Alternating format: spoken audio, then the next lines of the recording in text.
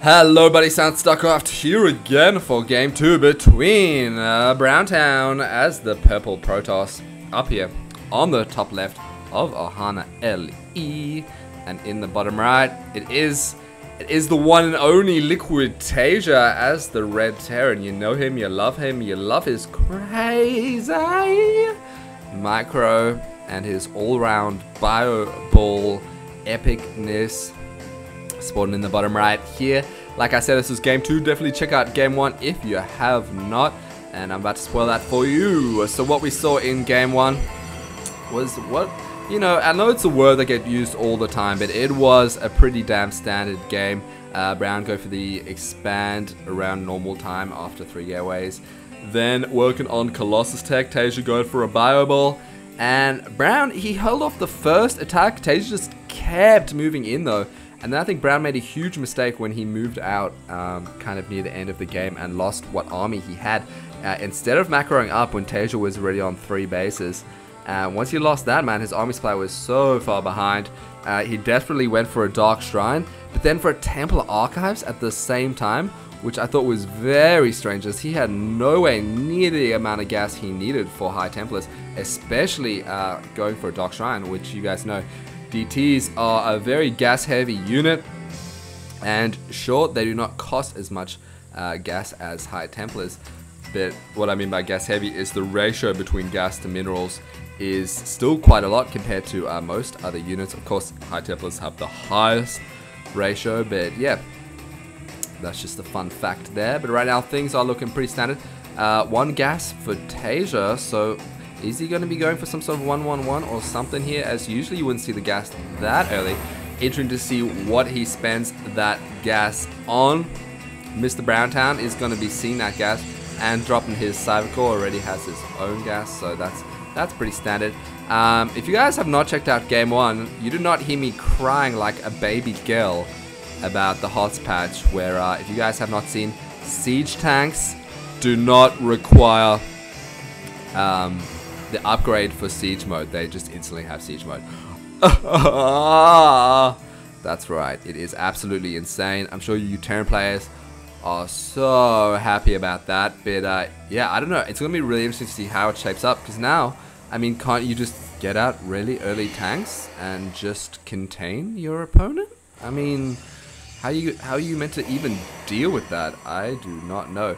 Cool thing though for Protoss though, because the Oracle now has Envision, the Mothership Core has Time Warp, you're kind of even forced to get out that Oracle even more than you were before. I mean, you weren't forced to do it before, but HOTS players did anyway, because it's so good at killing workers, annihilating workers in the middle line.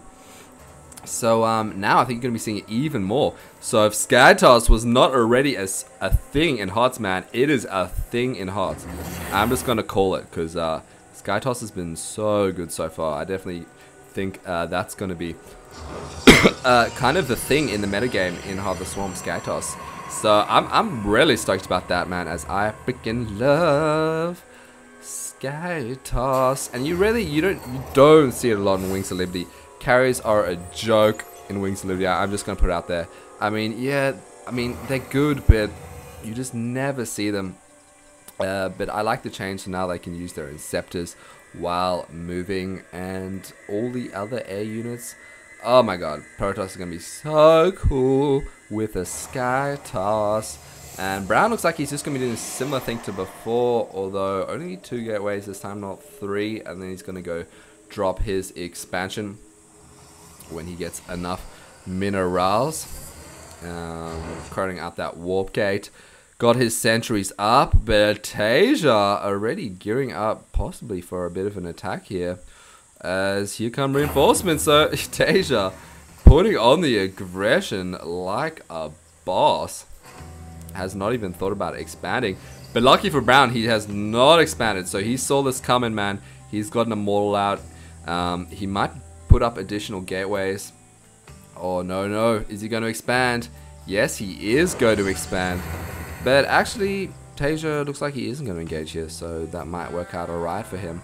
So just ignore me, guys, I don't know what I am talking about. Here comes the Tech Lab. Interesting choice for Tech Lab. Usually see a reactor for those medibacks. I don't know. Is this going to be Banshees? Is this going to be a Raven? More likely Banshees. But already this game is getting much more interesting. Or is he going to be going for siege tanks here? Oh, baby. Looks like he is going to be going for siege tanks. So I like this. I like a bit of a change from the MMM, which is kind of what you see 80% of the time.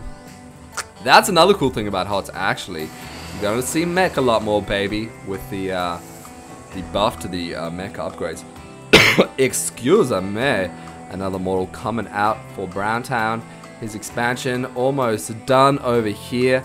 TaeJa yet to drop his CC. So is he going to go for some sort of one base time in here?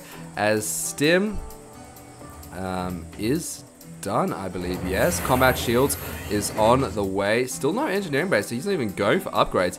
But his army supply is looking pretty big. Oh, does get the scan there. Just missing that observer. Very close there. So it looks like he is going for it, man. He's just getting out one medivac, a bunch of siege tanks.